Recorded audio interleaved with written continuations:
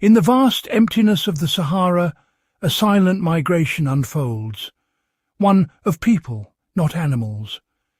Young men and women, driven by hope, leave everything behind for a chance at safety and opportunity. This journey is among the world's most dangerous, shaped by distant forces and new dangers. Europe's border controls have created a hidden world of suffering, checkpoints, traffickers, and desert prisons. For every person who reaches the coast, many more are lost to heat, thirst, or exploitation. Their stories are rarely told, their hopes buried beneath the sands. This is the unseen river of humanity. The central Mediterranean route is the main artery for this migration, cutting through the heart of the Sahara.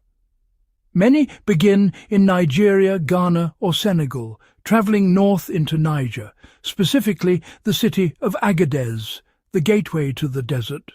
From Agadez, overloaded trucks head north toward Libya, across a lawless, unforgiving landscape. Smugglers drive these vehicles, racing against time and authorities, caring little for the people they transport. Once in Libya, danger escalates. The country is fractured, ruled by militias and gangs. Migrants become commodities, hunted, captured and sold. The dream of Europe turns into a nightmare of survival in a land with no law or protection. This route is no secret, yet it operates with brutal efficiency. Every kilometre is a test of endurance and luck, but thousands feel they have no choice but to take it. The journey is a desperate gamble, with everything at stake. Why risk such peril? Listen to those who go. In Nigeria, millions see no future. Corruption and joblessness leave young people hopeless. Samuel from Benin City said, "If I stay, I die slowly. If I go, I have a chance." It's not a lack of love for home, but a lack of hope. Corruption drains resources, leaving a generation without tools to build a life. Even the educated face frustration and dead ends. For many, migration is about dignity and the hope to provide for family. Joy, an aspiring nurse, said, "In Europe I can study and work. Here I can't even afford books." Families go into debt to pay smugglers, knowing the risks. They've heard the stories of death in the desert and sea, but the certainty of no future at home is worse. It's a calculated risk, born of desperation. Across the continent, this quiet resolve drives the journey. Hope and despair echo in every step north. All roads lead to Agadez, an ancient crossroads now trafficking in people. Before 2015, migration here was open and somewhat regulated. Convoys offered some safety. Under EU pressure, Niger outlawed northbound migrant transport, aiming to halt the flow. Instead, migration went underground. Smugglers now use riskier hidden routes, travelling at night.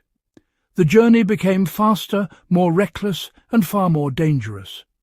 Migrants are packed onto fewer trucks, drivers abandon passengers if threatened, and costs have soared. The law, meant to protect, made the journey deadlier and more profitable for criminals. For migrants, Agadez is the last chance to turn back. Once they board a truck, their fate is in the hands of smugglers in the desert. The city is the threshold. Beyond it lies only uncertainty. Agadez is now the point of no return, where hope and fear collide. The desert awaits. The trek from Agadez to Libya is a brutal ordeal, 800 kilometres across a deadly wasteland. The sun is merciless, water is rationed, and running out means death. Military checkpoints bring extortion, not help. Soldiers demand bribes. Those who can't pay may be left behind. Trucks are old and overloaded. Breakdowns can be fatal. Smugglers often abandon both vehicles and people. Ibrahim, a survivor, recalled, "Our truck broke. 3 days with no water, only half survived." The desert is a silent cemetery. Few make it through. Surviving the desert leads only to Libya, a place often worse than the journey itself. Migrants fall into the hands of militias and traffickers, ending up in unofficial detention centres. These are not prisons, but businesses of extortion. Families are forced to pay ransoms for their loved ones. Conditions are horrific, overcrowded, filthy, disease-ridden, with torture and abuse routine. Guards inflict pain while families listen, demanding money for release. Even after ransom, freedom is uncertain.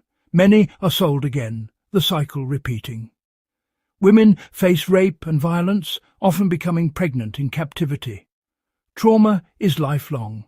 These centres are black holes of human rights, operating with impunity. Europe's hand is present. Funding flows to Libya to stop migration, but it enables this system of abuse.